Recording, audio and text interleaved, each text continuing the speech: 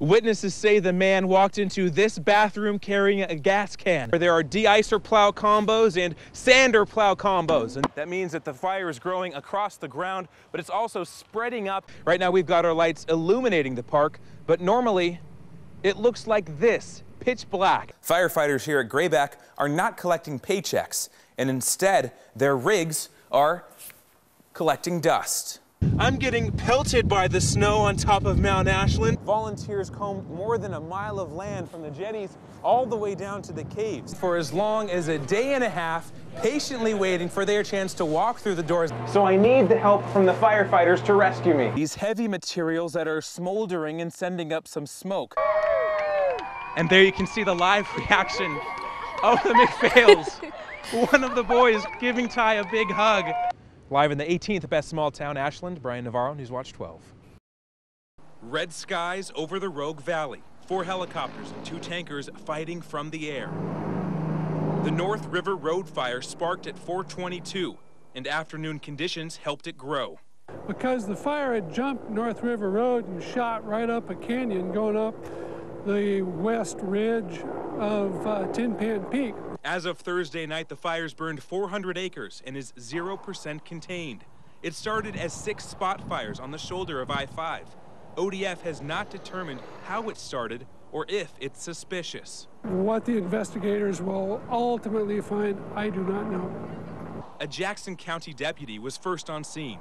And was there before firefighters got there and was able to start getting the word out on how many people we were going to need and started requesting more deputies right away.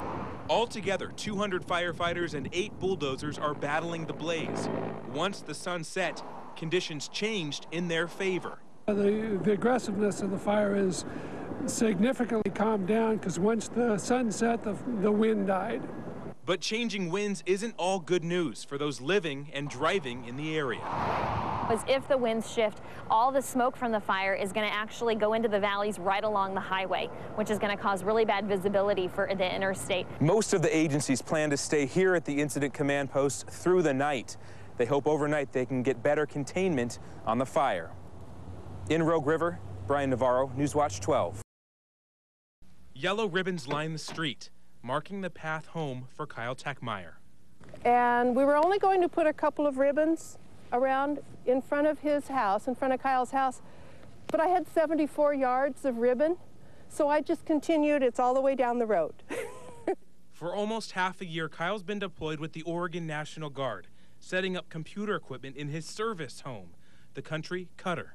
He left on July 25th, and he was only supposed to be there until October, and it was extended out until now. On the morning before Christmas Eve, his family gathered at the airport. In their hands, yellow balloons. In their hearts, a simple message. Welcome home. Kyle's flight landed a few minutes early, but for his 9- and 4-year-old children, it couldn't come soon enough. Go get your dad. Look, you guys, there's your dad. And for his wife, Alex. Oh, I missed you. Good work. The family was excited, but a bit camera shy. Earlier this month, 4-year-old Kendall sat down on Santa's lap and declared her Christmas wish. Santa needed to bring her dad home for Christmas. Oh. He got home, but on a sleigh of a different kind. Dad, you was in the light and you was in the white plane. I was in a white plane? Yeah, it was. After 5 months overseas, 48 hours on a handful of flights, and a few post-deployment photos, Kyle is finally home for the holiday. It is officially Christmas, yes! The holiday starts. This 10-foot, 700-pound steel beam is from Ground Zero and is now here in Grants Pass. It's the first piece of its kind in Oregon.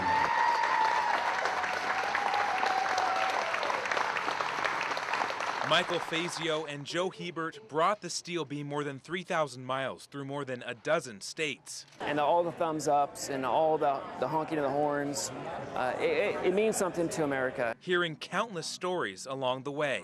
Little small towns in the middle of Ohio, people would come up to us and say, you know, I had two of my best friends were killed in the towers that day. So it affected everybody. At the Grants Pass ceremony, the fallen were honored.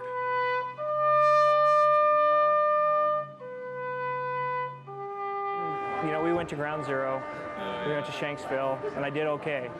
It wasn't until he played the Taps that I lost it, and I'm about ready to lose again, you know. Some say instead of looking at September 11th as an attack of hatred, look at it as an outpouring of love and courage, and let the beam be that symbol. Probably something different every time I look at it because of the trip and because of the stories I've heard. It's going to be in a spot where every time I come in quarters after a call, I'll see it. Those on hand say after the towers fell, America rises. We're getting back up.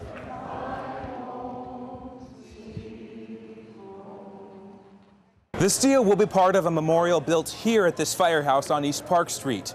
Crews say that they'll work with the public to create a community design for the memorial. In Grants Pass, Bryan Navarro, Newswatch 12.